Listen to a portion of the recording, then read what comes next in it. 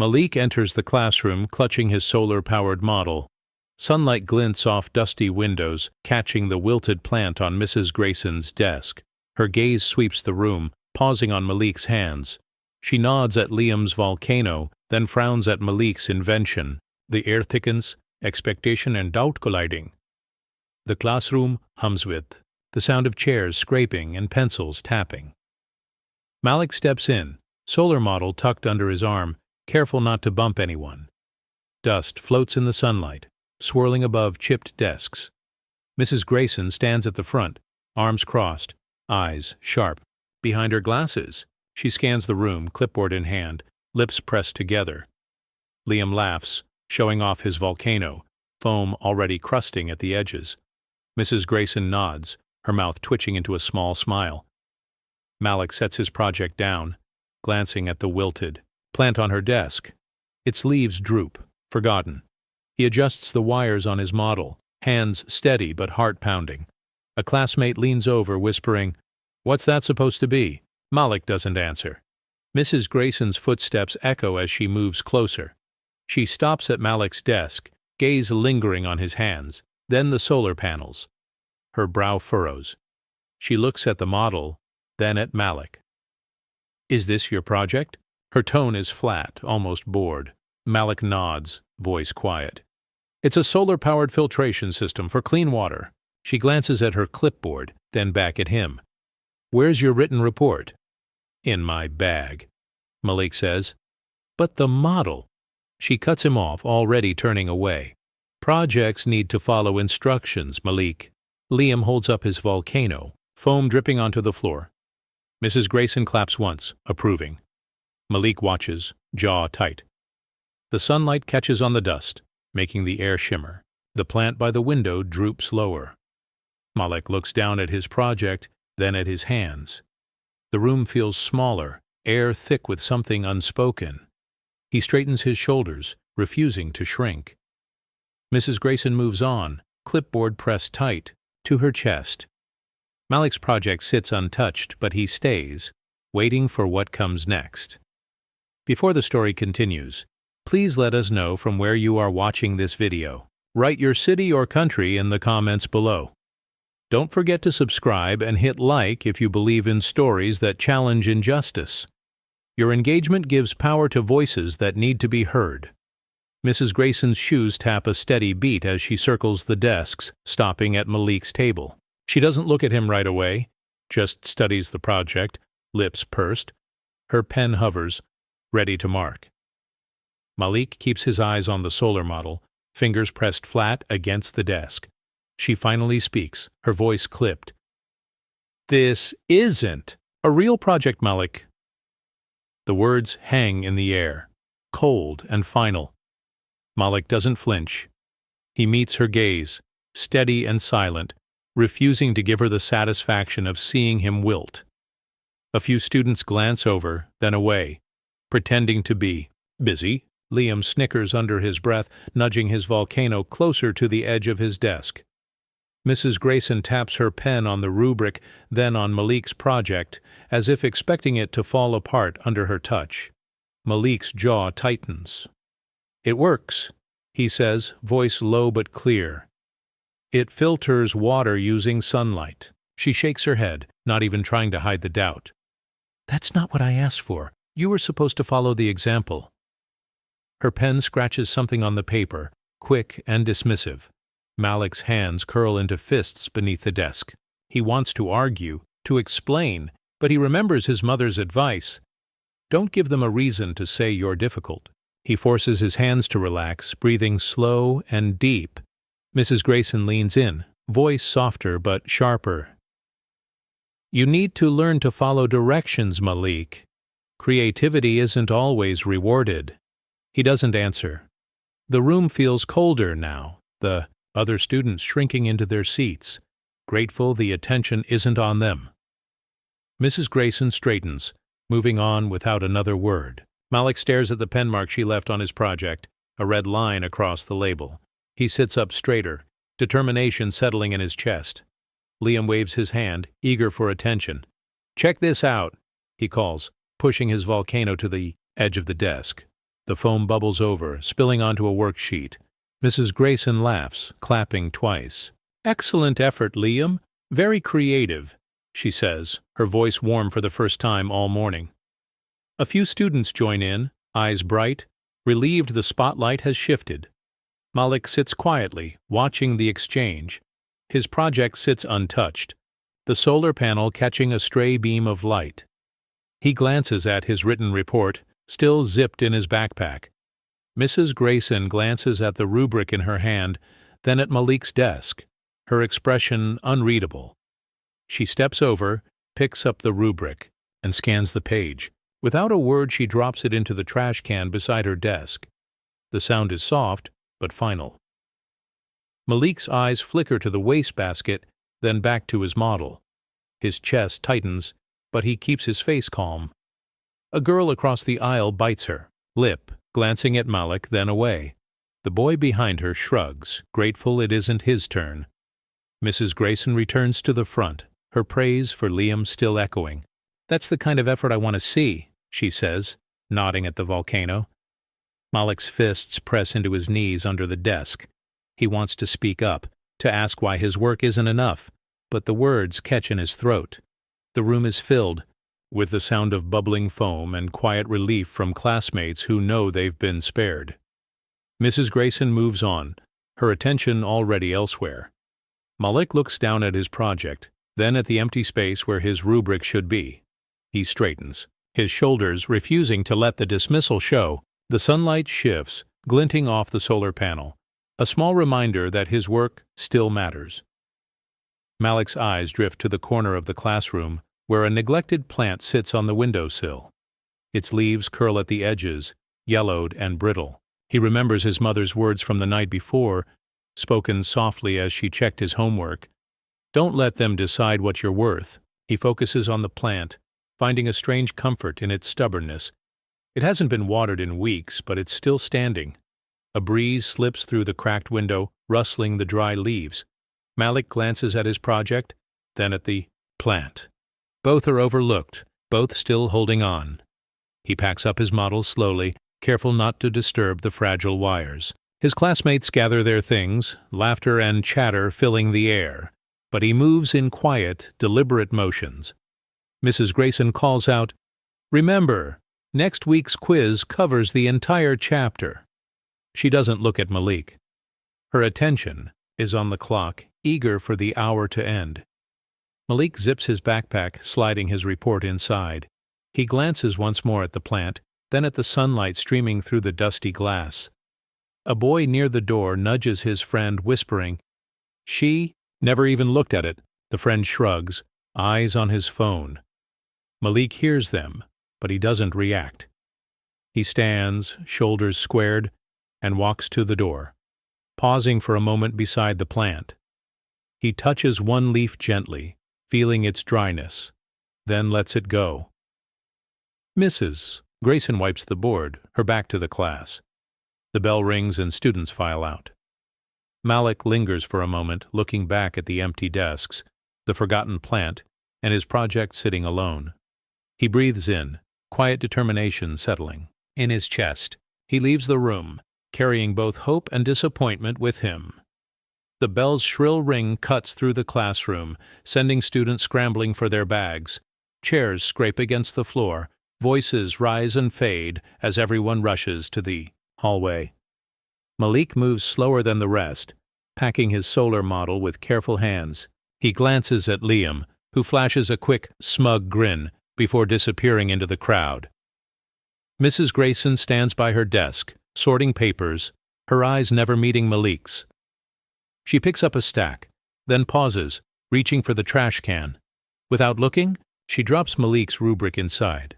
The gesture is small, almost routine, but Malik feels it land like a stone. He watches her, waiting for any acknowledgement, but she turns away, busy with her own order. A group of girls giggle near the door, glancing at Malik, then quickly looking away. The boy who sits behind him lingers for a second, opens his mouth, as if to say something, then thinks better of it and slips out. The room empties, the noise outside growing louder as the hallway fills. Malik stands alone for a moment, The classroom suddenly too big, too quiet. He looks at his project, then at the empty space where his work should have been recognized. He exhales, shoulders rising and falling, and whispers under his breath, "Watch me." The words are soft, but they carry weight more promise than threat. He walks to the door, pausing just long enough to glance at the wilted plant on the window sill. The sunlight catches his face as he steps into the hall. Behind him, Mrs. Grayson gathers her things, never noticing the look he leaves behind. The classroom is empty now, but something lingers, a quiet storm, gathering strength, waiting for its moment. A cardboard box sits open on the attic floor, dust swirling in the thin shaft of light from a cracked window. Malik kneels, sifting through old report cards and faded photographs. His fingers pause on a brittle envelope, the paper yellowed with age. He pulls it free, careful not to tear the edges. The letter inside is typed. The ink faded, but still legible. "Regret to inform you. Quota filled." The date reads 1965. He reads the words twice, heart pounding. Grandpa's footsteps creak on the stairs behind him. Malik looks up as his grandfather enters, wiping his hands on an old handkerchief. "You found it, huh?" Grandpa's voice is quiet, a little sad. Malik nods, holding out the letter. "They said you weren't college material?" Grandpa sits beside him, knees cracking. He takes the letter, smoothing it on his lap. "Didn't matter how hard I worked, they always found a reason." He glances at Malik's hands, still stained with solder from the solar project. "It's not about the work, Malik. Sometimes it's about what they see when they look at you." Malik looks down, the weight of history settling on his shoulders. "It's still happening?" he says, voice barely above a whisper. Grandpa nods, eyes distant. "I know. But you keep building. You keep showing them."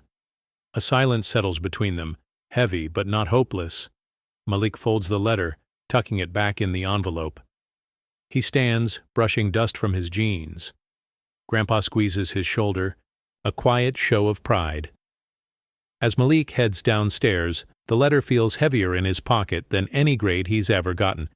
He glances back at the attic, the past lingering in the air. Determination hardens in his chest. He won't let the story end the same way. Mr. Diaz pushes his cart down the empty hallway, the wheels squeaking over cracked tiles. He stops outside Mrs. Grayson's classroom, glancing through the window at the scattered papers on her desk. The room smells faintly of bleach and old chalk. He sighs, pulling on a pair of gloves, and steps inside. He bends to empty the wastebasket, pausing when he sees Malik's name at the top of a crumpled rubric. "Shh," it reads, red ink slashed across the page. Mr. Diaz smooths the paper, shaking his head. He remembers last year's science fair, the look on another student's face. When their work was tossed aside, he glances at the door, making sure no one's watching, and slips the rubric into his pocket. His phone buzzes. A message from his wife. "Don't stay late. Dinner's getting cold." He types back, 5 more minutes, but his eyes linger on the pile of discarded assignments. He finds another, this one with a different name, the same harsh grade. He frowns, collecting a few more before dumping the rest into the trash bag. He stands, rubbing his back, and looks around the room. The plant on the windowsill is nearly dead, leaves curled and brown. He fills a cup with water from the sink, pouring it into the dry soil. "You deserve better," he whispers, not sure if he means the plant or the kids. As he wheels his cart away, he pulls out a folded piece of paper from his own pocket. A resignation letter he's rewritten 12 times. "Too many dreams discarded here," it says. He hesitates, then tucks it away again. He'll wait just a little longer, hoping someone finally notices what's being thrown out. The library is nearly empty, dust motes swirling in the late afternoon sun. Malik sits cross-legged in the corner, searching through a box of old yearbooks and forgotten notebooks for inspiration. His hand brushes against a small battered journal wedged between textbooks. He opens it. The pages soft and worn, ink faded but readable. The first entry catches his eye. Mrs. Grayson said my Aztec temple wasn't professional enough. The handwriting is neat, careful. A name is scrawled on the inside cover, Maria Torres, grade 7. Malik flips through sketches of pyramids, each one crossed out in red pen. Notes fill the margins. Too colorful, not accurate, try something simpler. He reads on, feeling anger build in his chest. Maria writes about staying after class, asking for help. She told me to pick something more normal. Malik closes his eyes, picturing Maria at her desk, a razor shavings scattered, hope fading with every correction.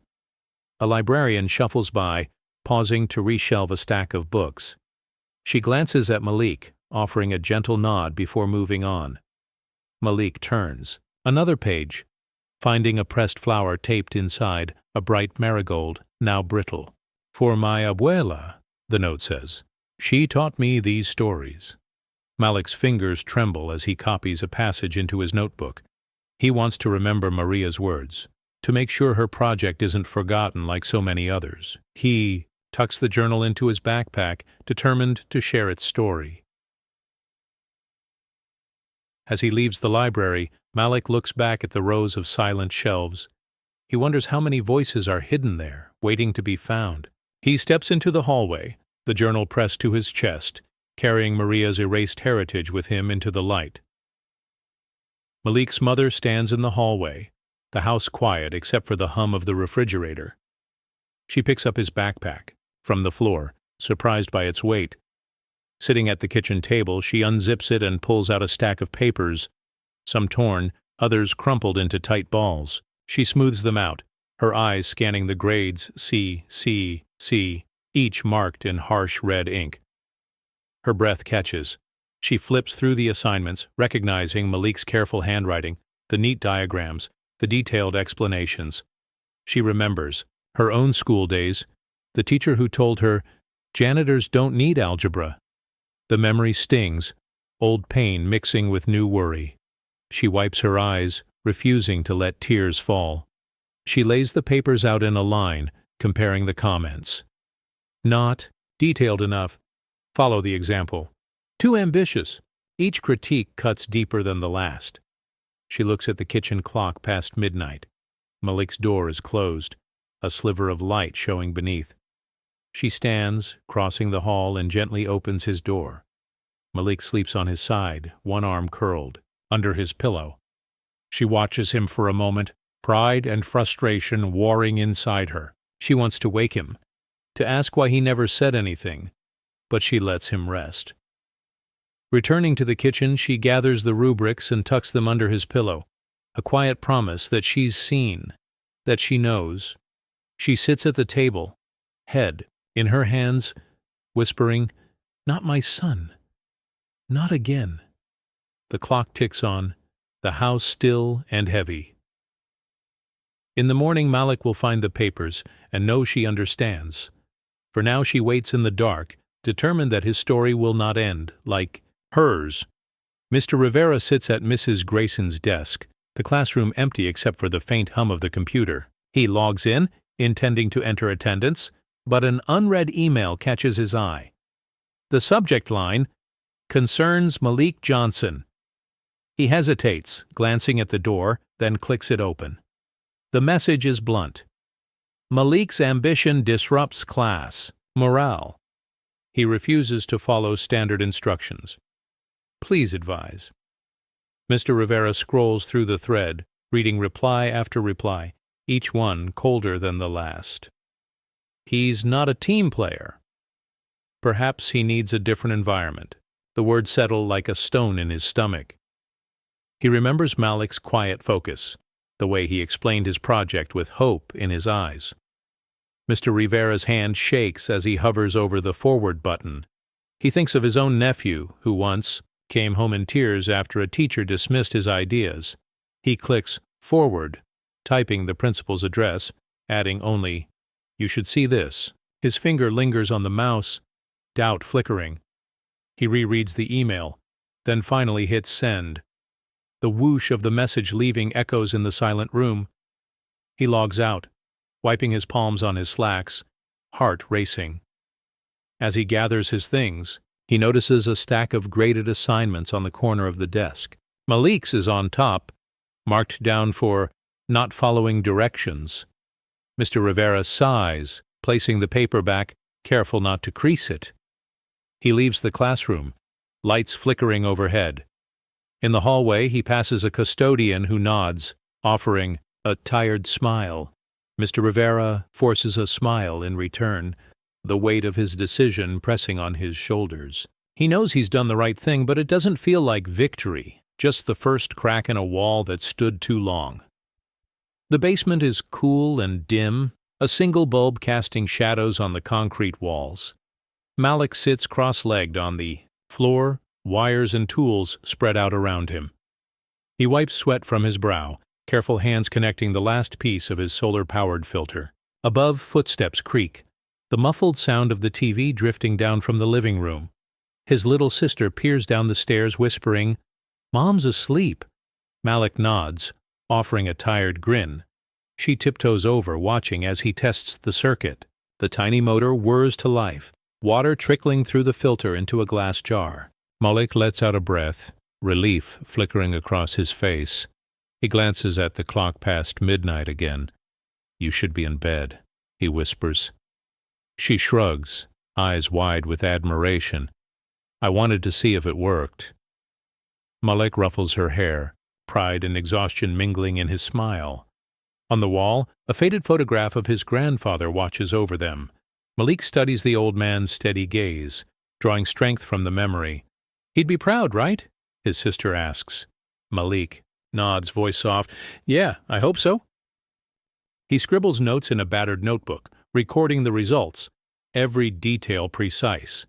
The bulb flickers, threatening to go out. Malik works faster, knowing these quiet hours are all he has. He hears a car pass outside, headlights sweeping across the basement window. For a moment he wonders what it would be like to work in a real lab, with real support. His sister yawns, curling up on an old blanket. Malik covers her with his jacket, then returns to the project. The motor hums, steady and sure. He leans back, staring at the ceiling, determination settling in his chest. Tomorrow he'll face the world again. Tonight he builds something that lasts. Malik sits at the kitchen table long after everyone else has gone to bed. The house is hushed, the only sound the ticking of the wall clock. He spreads out the state science fair application, tracing the lines of the form with his finger. At the bottom, a blank space waits for a teacher's signature. He hesitates, pen poised. His mother's gentle breathing drifts from the next room. Malik glances at the door, then at the application again. He thinks of Mrs. Grayson's words, the red marks, the way she never looked at his project twice. His jaw sets. He copies her signature carefully, every loop and flourish practiced from old permission slips. The pen glides across the paper, the ink bold and final. Malik stares at the name, heart pounding. He checks the instructions once more, making sure every detail is right. He folds the form, tucking it into an envelope along with photos of his project and a short essay he wrote himself. He seals it, pressing the edges tight, then scribbles the address in block letters. The kitchen feels colder now, the refrigerator humming in the corner. Malik slips on his jacket, clutching the envelope. He steps outside, the porch light flickering, overhead. The night air is sharp, stinging his cheeks. He walks to the corner mailbox, each step echoing on the empty street. He slides the envelope through the slot, listening as it lands with a soft thud. He stands there for a moment, staring at the mailbox. The decision is made. There's no turning back. Malik shoves his hands in his pockets and heads home, the weight of what he's done settling over him. For the first time in weeks, he feels hope nervous, electric, and real. Rows of science projects line the gym, poster boards bright under fluorescent lights. Malik stands beside his table, hands clasped behind his back, eyes scanning the crowd. Judge Alvarez approaches, camera in hand, pausing to study Malik's solar filter. The lens glints as the judge raises it, recording every detail. "Tell me about your project." the judge says, voice even. Malik straightens, nerves fluttering in his stomach. It's a solar-powered water filter. I built it for communities that don't have clean water. His words come out steady, but his fingers twitch at his sides. The judge zooms in on the model, then on Malik's face. Did you have help? Malik shakes his head. No, sir. I did it at home. My mom works nights. I used what I could find. The judge nods, thoughtful, camera whirring as he captures the setup. A group of students nearby whisper, glancing over. Malik feels their eyes but keeps his focus on the judge. Can you show me how it works? The judge asks. Malik nods, pouring water into the top chamber. The solar panel catches the overhead light, powering the tiny motor. Clean water drips into a glass jar below. The judge's eyebrows rise. Impressive. Why this project? Malik hesitates, then answers quietly, because everyone deserves safe water. Not just some people. The judge lowers the camera, meeting Malik's gaze for a long moment. He presses a button, saving the video. Thank you, Malik. That's all I need. Malik nods, relief and pride mixing in his chest. Judge Alvarez moves on, but not before offering a small, genuine smile. Malik watches him go, heart pounding. He knows he's been seen, really seen, for the first time. For a moment, the noise of the gym fades, and all that matters is the truth, caught on camera. Malik wakes to the buzz of his phone, screen lit with notifications. Messages stack up, friends, classmates, even strangers. His video is everywhere. Just as for Malik trends, the comments a flood. This is genius. Why? Wasn't he chosen before? Someone needs to answer for this. Malik scrolls, breath held, not sure if he should smile or hide. Across town, Mrs. Grayson sits at her kitchen table, laptop open. Her inbox is packed with subject lines she dreads. Unfair grading. Explain yourself. Resign. She deletes them one by one, hands trembling. Outside, her garden droops, petals browning in the heat. She glances out the window, wishing she could disappear among the weeds. The principal's office is quiet, blinds drawn. He reads the trending hashtag, then the forwarded email from Mr. Rivera. His pen hovers over a half-written note, unsure what to say, how to fix what's been exposed. He sighs, rubbing his temples, the weight of public scrutiny settling on his shoulders. At school, students whisper in the halls. Did you see Malik's project? He did it all himself.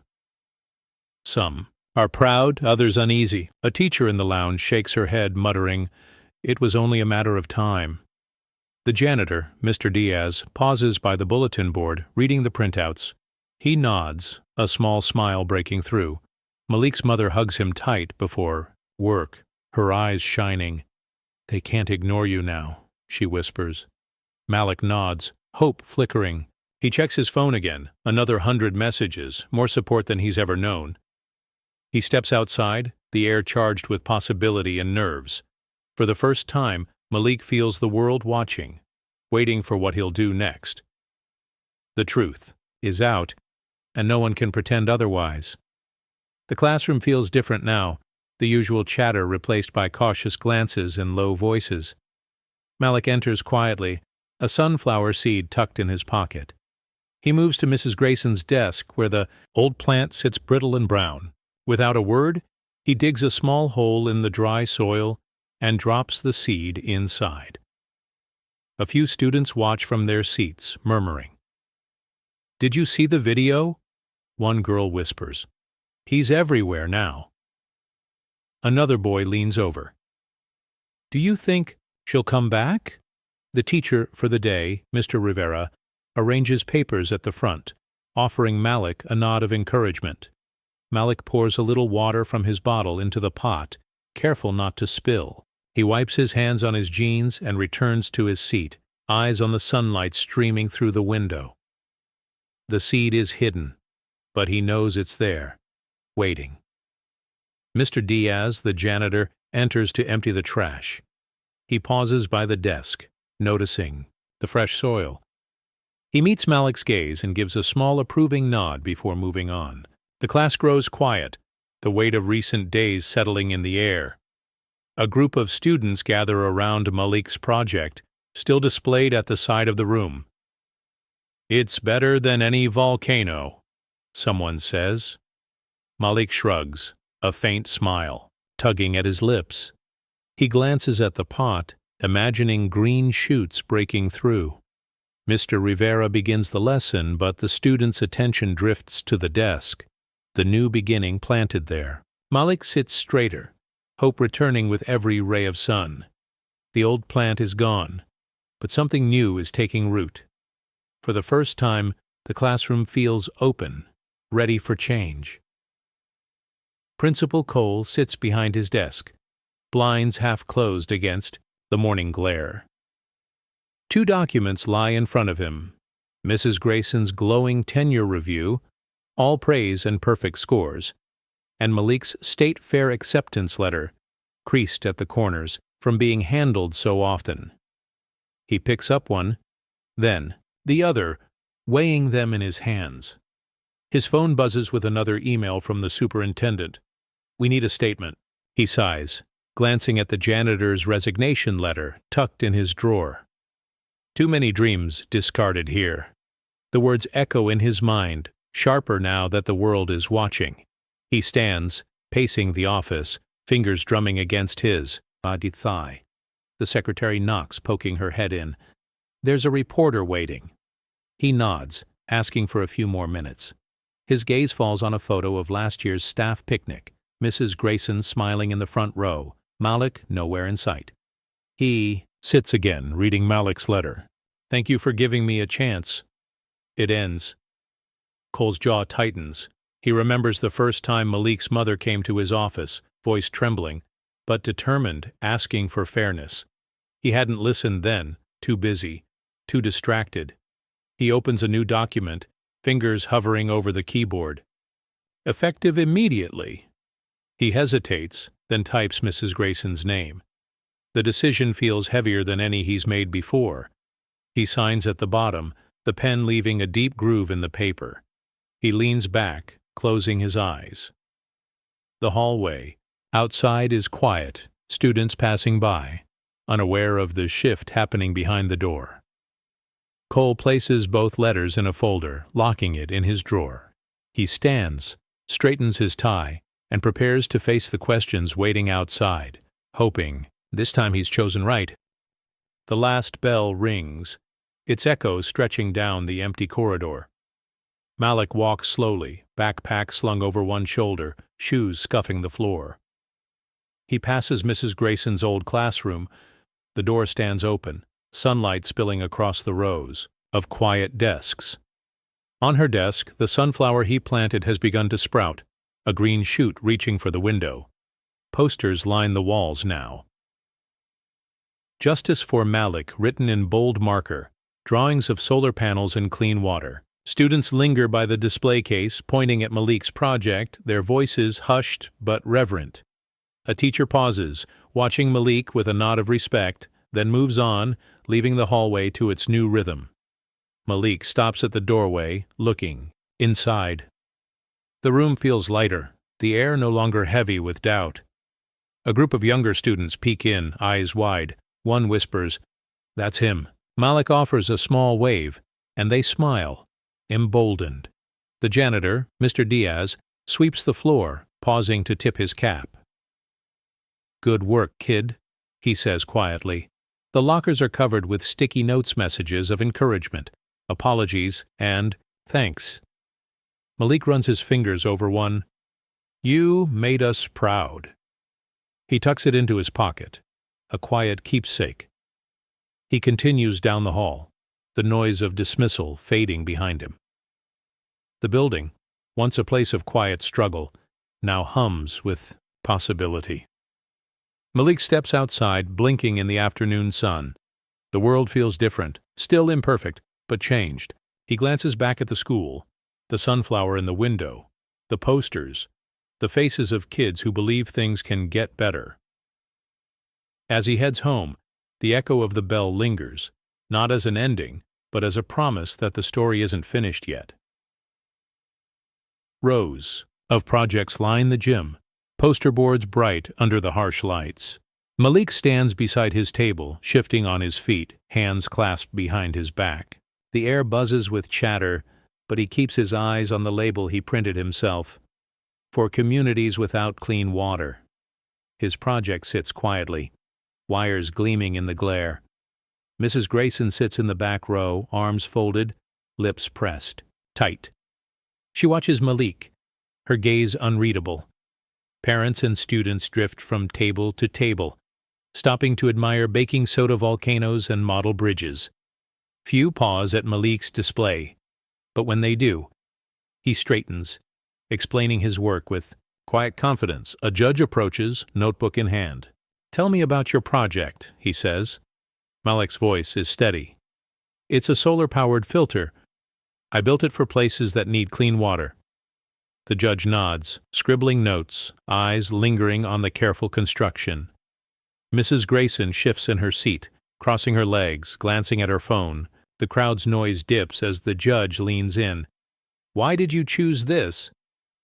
Malik hesitates, then says, "Because I know what it's like to be overlooked. I wanted to build something that matters." The judge looks at him a moment longer, then moves on. Malik exhales, shoulders relaxing.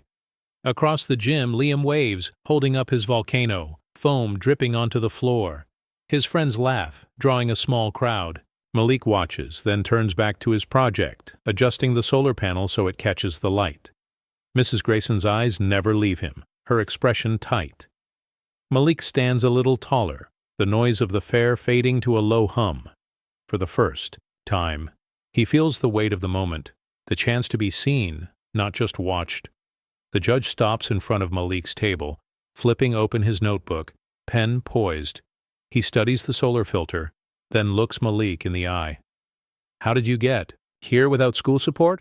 The question hangs between them, drawing the attention of a few nearby parents. Malik's heart thuds, but he keeps his voice even.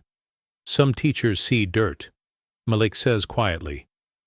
"I see soil." The judge's eyebrows rise. He scribbles something in his notebook, glancing at Mrs. Grayson in the back row. She stiffens, her hand tightening around her phone. A parent leans in, whispering to her daughter, "Listen to him." The judge asks, "Did you build this all yourself?" Malik nods. "Every part. I worked nights in my basement." The judge's pen pauses. "Why?" Malik meets his gaze. "Because everyone deserves clean water, not just the lucky ones." Mrs. Grayson shifts, crossing her arms, jaw set. A teacher beside her murmurs, "He's impressive." She doesn't reply, her eyes fixed on Malik. The judge closes his notebook, offering a brief, respectful nod. "Thank you, Malik. That's all I need." Malik nods, relief and pride mixing in his chest. The judge turns to the next project, but the crowd around Malik's table grows. A student from another school steps forward, asking, "Can you show me how it works?" Malik demonstrates, his hands steady now. Mrs. Grayson looks down, tapping her foot, the gym's lights suddenly too bright. The judge glances back once as he walks away, a small smile on his face. Malik stands taller, the weight of the question lifting, replaced by something new, respect. The fair buzzes on, but for Malik everything has changed. He's not just a name on a list. He's the answer to a question that mattered. Mrs. Grayson sits rigid in her chair, purse clamped tightly in her lap. Her knuckles pale as she watches the crowd gather around Malik's table. She glances at her phone, a new message flashing on the screen. "Resign or face termination." Her hand trembles and the device slips, hitting the floor with a dull crack. She bends to pick it up, cheeks flushed. The principal stands near the exit, arms folded, eyes on her.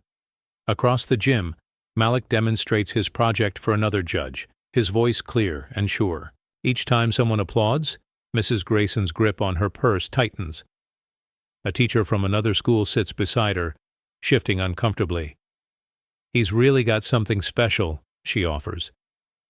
Mrs. Grayson forces a tight smile, not trusting herself to speak. The gym feels smaller, the air thick with unspoken judgment. A student walks by, glancing at Mrs. Grayson, then quickly away. She sees parents whispering, their glances sharp, their words hidden behind cupped hands. Her authority, once unquestioned, now feels fragile, slipping with every nod of approval Malik receives. She checks her phone again, reading the message over and over. The screen is cracked, the words distorted but clear. She looks up, catching Malik's eye for a brief moment. He doesn't look away. It's a silent challenge, and she feels herself shrinking. The noise of the fair grows, applause and laughter echoing off the walls. Mrs. Grayson sits back, clutching her purse as if it's the only thing keeping her anchored. The principal turns, heading toward her, resignation letter in hand. She knows what's coming. The cracks in her authority are visible now, spreading with every passing minute. Malik's project hums in the background, steady and unstoppable. For Mrs. Grayson, the unraveling has begun. The judge pauses, then claps once, twice, the sound sharp and clear. For a moment, the whole gym seems to hold its breath. Other judges join in, then parents, students, and teachers. The applause swells, echoing off the walls, filling the space with something Malik has never felt before. Open, public approval. Malik stands still, shoulders back, letting the moment wash over him. He glances at the crowd faces he recognizes, some he doesn't all focused on him. His mother stands at the back, hands pressed to her mouth, eyes shining with pride. The judge nods, offering a small, genuine smile before moving on. Mrs. Grayson shrinks into her chair, blazer pulled tight around her. She looks smaller than before, her presence fading into the background as the celebration grows. A teacher beside her offers a quiet, "Well deserved," but Mrs. Grayson doesn't answer. Her gaze drops to the floor, unable to meet anyone's eyes. A group of students gather around Malik, asking questions, eager to hear more. He answers each one, voice steady, confidence blooming with every word. The principal lingers near the entrance, watching the scene unfold, resignation letter folded in his hand. The applause fades, replaced by a gentle hum of conversation. Malik's project sits at the center, now surrounded by classmates and strangers alike. The gym feels different, lighter, as if a weight has been lifted. Mrs. Grayson slips out of her seat, moving quietly toward the exit, unnoticed by most. Malik catches his mother's eye. She nods, tears slipping down her cheeks. He smiles, the crowd's approval settling deep inside him. For the first time, Malik feels seen, truly seen, by everyone in the room. The fair moves on, but the shift remains a new standard set, quietly, but unmistakably. Malik stands at the front of the gym, the sound of his name ringing in his ears. The judge hands him the trophy, its gold plaque catching the light. Malik's hands tremble as he accepts it, the weight both literal and symbolic. He looks out, into the crowd, searching for his mother. She waves, beaming, pride written across her face. A reporter steps forward, microphone in hand. "What's next for you, Malik?" The question hangs in the air. Malik glances at his project, then at the younger students watching from the sidelines. He smiles, voice steady. "Showing kids like me we're already scientists." The reporter nods, jotting down every word. Camera flashes pop, capturing Malik's grin and the shine of the trophy. Behind him, Mrs. Grayson lingers near the exit, her hair no longer perfectly styled, her expression distant. She watches the celebration, hands twisting the strap of her purse, eyes unfocused. Liam approaches, holding his volcano. "Congrats, man," he says, voice low. Malik nods, accepting the gesture. The principal stands nearby, offering a handshake. "You earned this," he says quietly. Malik shakes his hand, feeling the respect in the grip. A group of students gather around, asking Malik to explain his project again. He demonstrates, his confidence growing with every question. The trophy sits on the table, a beacon for everyone to see. Mrs. Grayson slips out the door, unnoticed by most, her departure quiet and final. Malik glances at the trophy one more time, then at the faces around him. The applause fades, replaced by laughter and new conversations. For Malik, the moment is more than a win. It's a beginning. The weight of the trophy is a promise to himself and to those who will follow. Mrs. Grayson steps out of the gym, her heels catching on the uneven gravel outside. The sound is sharp, jarring against the backdrop of cheers and laughter still echoing from within. She glances back once, the gym doors swinging shut, muffling the celebration.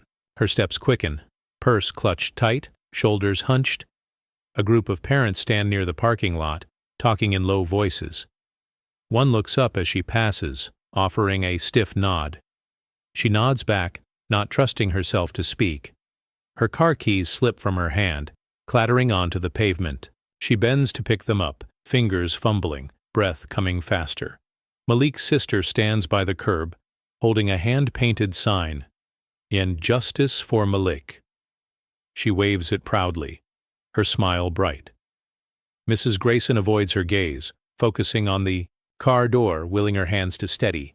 The sign flutters in the breeze, a silent verdict. The principal exits the building, papers in hand, watching Mrs. Grayson as she unlocks her car. He doesn't call out, just stands there, the resignation letter visible in his grasp. She slides into the driver's seat, closing the door with more force than she means to. The engine sputters, then starts. As she pulls away, the gravel crunches. Beneath her tires, the sound harsh and final. The parking lot gate swings shut behind her, the clang echoing in the quiet evening.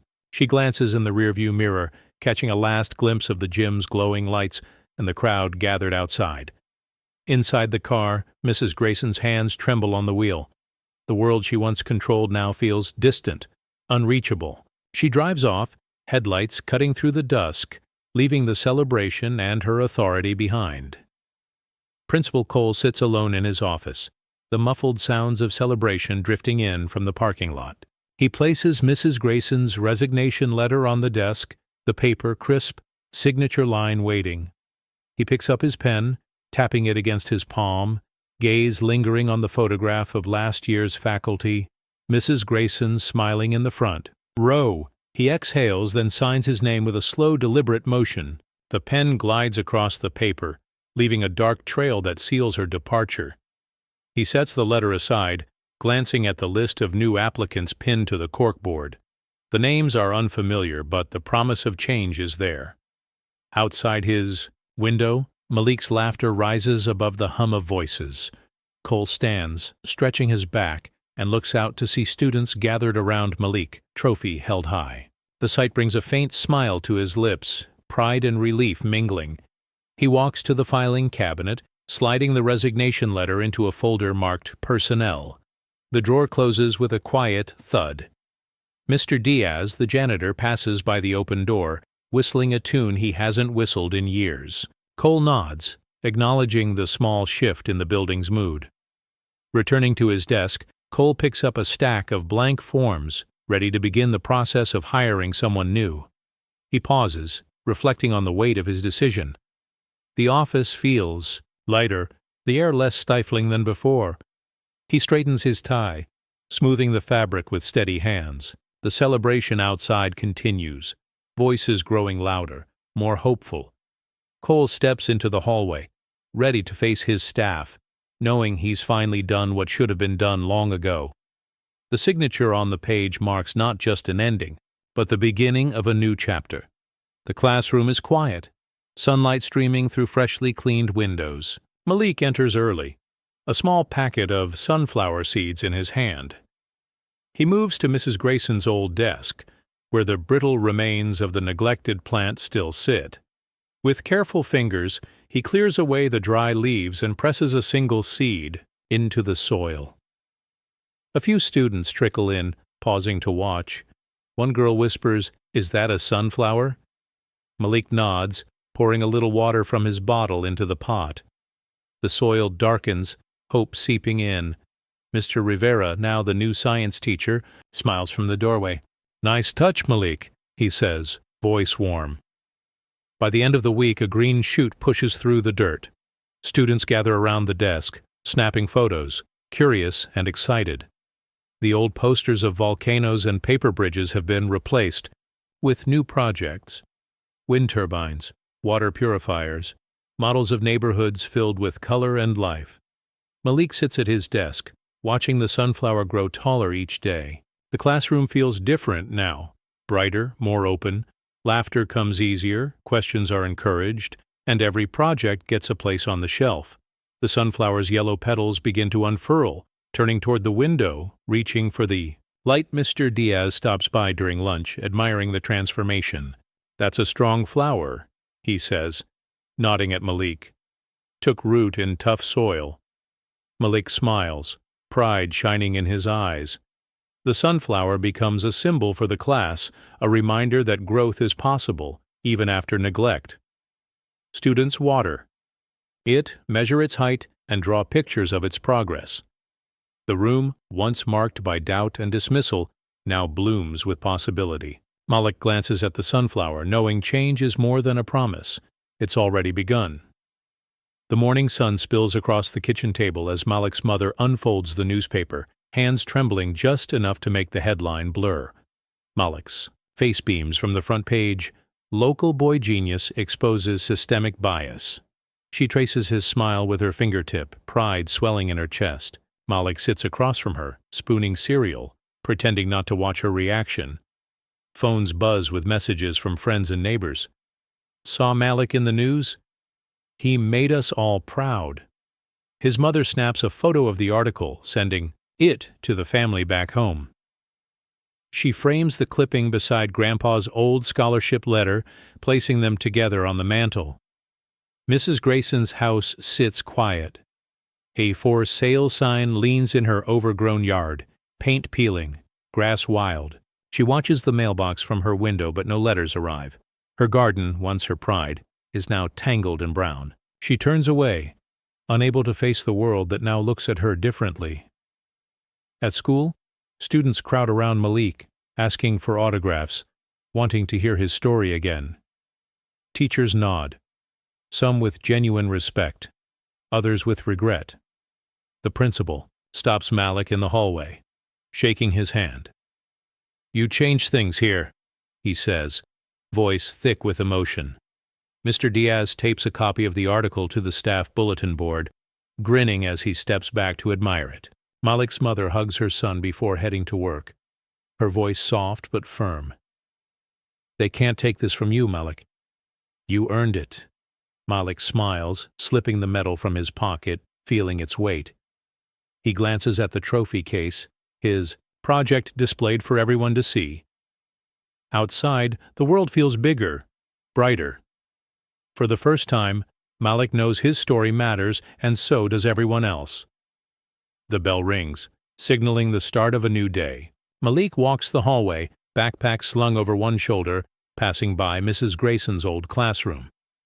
The desk at the front sits empty, but the sunflower in the pot has grown tall, its petals bright against the window. Students gather around, chatting about their projects, solar cars, rainwater collectors, colorful models of their neighborhoods. Malik pauses, reading the sticky notes taped to the door. "Thank you, Malik. You inspired me. We belong here." He smiles, heart light. A younger student tugs his sleeve, asking, "Will you help me with my science project?" Malik nods, kneeling to listen as the boy describes his idea. Inside the classroom, shelves overflow with new projects, each one different, each one celebrated. Mr. Rivera greets students with a grin, encouraging them to share their ideas. The air is filled with laughter, questions, and the quiet hum of possibility. Teachers stop by, some offering a handshake, others a quiet nod. The principal stands in the doorway, watching the room bloom with energy and hope. Malik's trophy sits in the display case, sunlight glinting off its plaque. His project is front and center, a reminder of what's possible when someone refuses to be overlooked. Mr. Diaz sweeps the hallway, pausing to admire the sunflower. He catches Malik's eye and gives a thumbs up. Malik grins, feeling the warmth of acceptance all around him. As the day unfolds, the school feels changed, lighter, more open. The bell rings again, but no one rushes out. Students linger, sharing stories and dreams. Malik glances back at the empty desk, then at the sunflower, knowing that what once felt impossible is now the new normal. The future, for once, feels wide open. Mrs. Grayson moves quietly through the grocery store, her cart rattling as she turns down the cereal aisle. She keeps her gaze low, hoping not to meet familiar faces. A neighbor spots her, pauses, then quickly pretends to study the shelves. The space between them feels colder than the freezer section. She selects a loaf of bread, hands trembling slightly. At the checkout, the cashier offers a polite nod, but the warmth is gone. Coins slip from Mrs. Grayson's hand as she counts out change. A child in line asks, "Mom, who's that lady?" The mother whispers, "Shh," and pulls her closer. Mrs. Grayson's throat tightens. She thanks the cashier, voice barely above a whisper. The bagger, a teenager with headphones, double bags her groceries without looking up. She gathers her bags, careful not to drop anything, and hurries outside. In the parking lot, she fumbles with her keys. They slip from her grip, clattering to the pavement. A man in scrubs picks them up, handing them over without a word. She nods, mumbling, "Thank you," but he's already walking away, scrolling through his phone. She loads her groceries in silence, feeling the weight of every glance, every unspoken conversation. As she drives away, she catches her reflection in the rearview mirror. Her face looks older, drawn. The store shrinks behind her, but the sense of being watched lingers. At a red light, she glances at her phone. A news alert flashes Malik's name, the headline bold. She turns the screen over, unwilling to read more. The world she once moved through with certainty now feels foreign, every routine act shadowed by judgment. She wonders if things will ever feel normal again, or if this is her new reality. The garden behind Mrs. Grayson's house used to be her sanctuary, a place of order and pride. Now weeds snake between the rose bushes, thistles overtaking the once neat rows. She kneels in the dirt, tugging at stubborn roots, hands stained and nails chipped. The soil is dry, crumbling in her grip.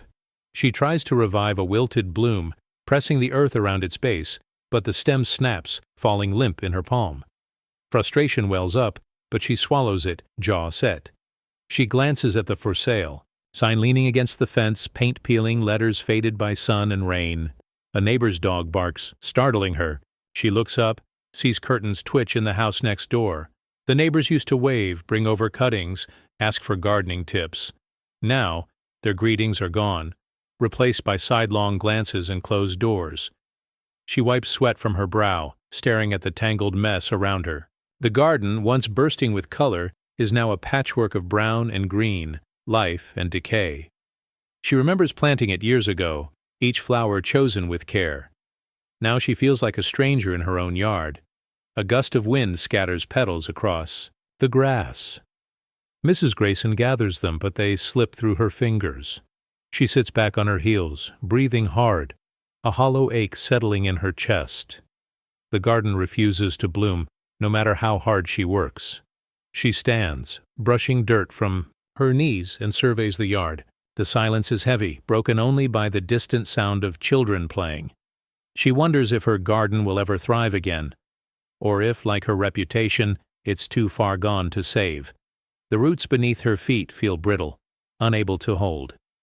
The school feels transformed, sunlight streaming through the windows and bouncing off new posters that line the hallways. Inclusion matters. Every voice counts. Malik walks past the bulletin boards, noticing his name mentioned in a handwritten note. "Thank you for showing us what's possible." He pauses, reading it twice, a quiet pride blooming inside him. Teachers gather in the staff lounge, some eager, others uneasy, as they prepare for the first anti-bias training. Mr. Rivera stands at the front, sharing his own story of being overlooked as a student. A few teachers nod, others shift in their seats, arms crossed, uncertain but listening. The principal enters, voice shaking slightly as he introduces new policies. "We are here to learn, to grow, and to do better. Students in the halls talk about Malik's project, their voices filled with excitement and curiosity. "Did you see the trophy?" "He built it himself." Younger kids point at the display case, faces pressed to the glass. The energy is different, hopeful, alive. Malik helps a classmate carry her model to the science room. She grins, thanking him, and he shrugs, a little embarrassed by the attention. Mr. Diaz, the janitor, stops to mop the floor, pausing to say, "Proud of you, kid." Malik smiles, feeling the support in the small gesture. In the main office, the principal posts a copy of the new anti-bias policy on the wall. Staff and students gather to read it, some snapping photos to send home. The air buzzes with possibility, the old tension replaced by a sense of collective purpose. As the bell rings, Malik looks around at the faces, some familiar, some new, all changed by what's happened. The school is no longer just a building. It's a place where change is not just talked about, but lived. Malik steps into class, hope steady in his chest. Malik sits at the library table, sunlight slanting across stacks of books and science kits. Younger students gather around, notebooks open, eyes wide with curiosity. Malik explains how solar panels work, breaking down each step so everyone can follow. "You don't need fancy parts," he says, showing them his homemade filter. "Just patience and a good idea." A shy girl raises her hand. "Will you help me with my project?" Malik nods, moving to her side, guiding her through a tricky diagram. Another boy grins. "My brother says you're famous now." Malik laughs, shaking his head. "I'm just someone who didn't give up." Mr. Rivera passes by, pausing to watch. He gives Malik a thumbs up, pride clear in his eyes. "You're a natural, Malik. Keep going."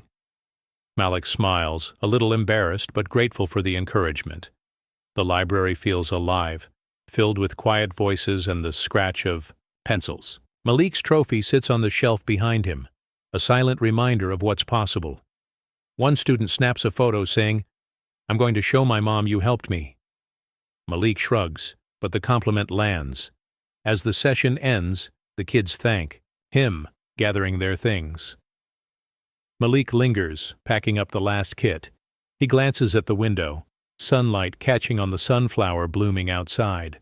He feels a sense of purpose, stronger than any grade or award. He heads out, passing Mr. Diaz in the hallway. "Making a difference, huh?" the janitor says, smiling. Malik nods, feeling the truth of it. Each lesson, each moment of encouragement, is a small act of justice, a ripple against the old order. Malik knows he's just getting started.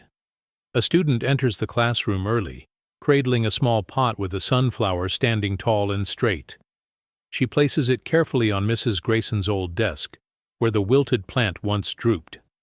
The sunflower's golden petals catch the morning light, casting bright reflections across the room. Other students pause at the doorway, noticing the change. One boy whispers, "Looks better than before." Another nods, setting his backpack down with care. The class gathers around, drawn to the new centerpiece. Someone snaps a photo, sharing it with friends. The sunflower becomes a quiet symbol growth after hardship, hope where there was neglect. Mr. Rivera enters, smiling as he sees the flower. "Nice choice," he says, arranging his papers beside it. He doesn't mention Mrs. Grayson, but everyone understands what the sunflower means. Malik sits in the second row, watching the scene unfold, pride and relief mingling in his chest. Throughout the day, students water the plant, measure its height, and draw pictures of it for their notebooks. The classroom feels brighter, the air lighter. The sunflower thrives, roots deep in the same soil that once failed to nurture anything at all. During lunch, a group of students gather at the desk, talking about their projects and sharing ideas. The sunflower stands between them, a silent witness to their excitement. Malik glances at it, remembering the days when his own work was dismissed, and feels a quiet satisfaction. As the final bell rings, the classroom empties, but the sunflower remains, petals wide open to the fading sun. The desk has been transformed, not just by a flower but by what it represents, a new beginning, a promise that growth is possible, even after everything has fallen apart. Mrs. Grayson stands at her window, coffee cooling in her hands, watching. The playground across the street. Children's laughter drifts through the glass, sharp and clear. She spots Malik among a group, kneeling in the grass, explaining something to a circle of younger students. Their heads bend together, curiosity bright in their faces. She shifts, catching her own reflection in the glass lines deeper, hair grayer, eyes tired. For a moment, she sees herself as others might. Not the respected teacher, but someone on the outside looking in. She sips her coffee, the taste bitter. The world feels smaller, her house quieter than she remembers. A neighbor walks by with her dog, pausing just long enough to wave at the children. She doesn't look up at Mrs. Grayson's window. The garden below is tangled, sunflowers from last year's seeds blooming wild among the weeds. Mrs. Grayson's gaze lingers on the flowers, remembering when she used to tend them every morning. Inside the school, Malik leads a group through a science experiment, his voice confident, gestures animated. Through the window, Mrs. Grayson sees the sunflower on her old desk, petals bright against the glass. She wonders if anyone remembers her at all, or if she's become just another faded name in the yearbook. She turns away, setting her mug in the sink with a quiet clink. The laughter outside grows, filling the air with possibility.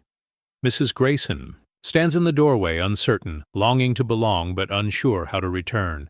The world keeps moving, children learning, sunflowers blooming, with or without her. She closes her eyes, listening to the sounds of life beyond her window, wondering if redemption is possible or if some roots, once broken, never truly heal. The school lobby is busy, footsteps echoing on polished floors as parents and students pass by the trophy case. Malik's award sits front and center, gold plaque gleaming beneath the lights. Next to it, a faded photograph of his grandfather, cap and gown from decades ago, smiles out at the world.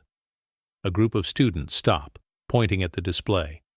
"That's Malik's project," one says, voice full of awe. Another traces the words on the plaque, "For communities without clean water." Their teacher nods, explaining how Malik's work changed the school, how it opened doors for everyone who came after. Parents linger, some snapping photos, others reading the story printed beside the trophy. A mother wipes her eyes, remembering her own struggles for her child to be seen. Mr. Diaz, pushing his cart down the hall, pauses to straighten the frame, pride flickering across his face. Malik walks by, backpack slung over one shoulder. He slows, taking in the sight of his project displayed for all to see. He smiles at the photo of his grandfather, feeling the weight of legacy and hope. A younger student tugs his sleeve, asking, "Will my project go in there someday?" Malik kneels, meeting the boy's gaze. "If you believe in it and you don't give up, maybe it will." The principal stands nearby, watching the interaction, a quiet satisfaction in his eyes. The trophy case, once filled with the usual ribbons and medals, now holds something more, a promise that every student's work matters, that justice can be seen and celebrated. As the hallway empties, sunlight catches the glass, casting Malik's reflection alongside his grandfather's. The display is more than a collection of awards.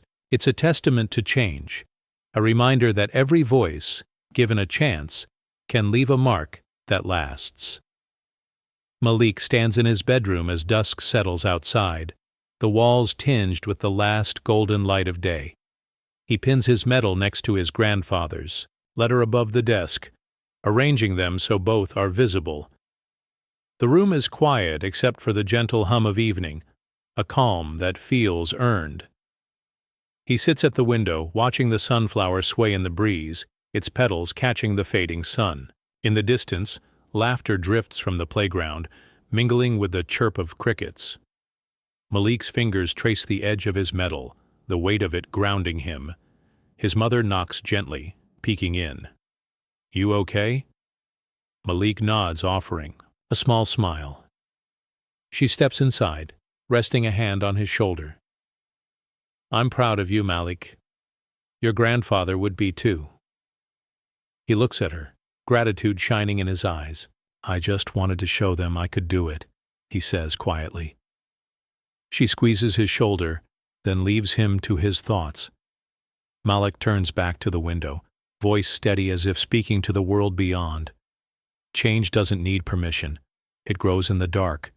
The words linger, soft but certain.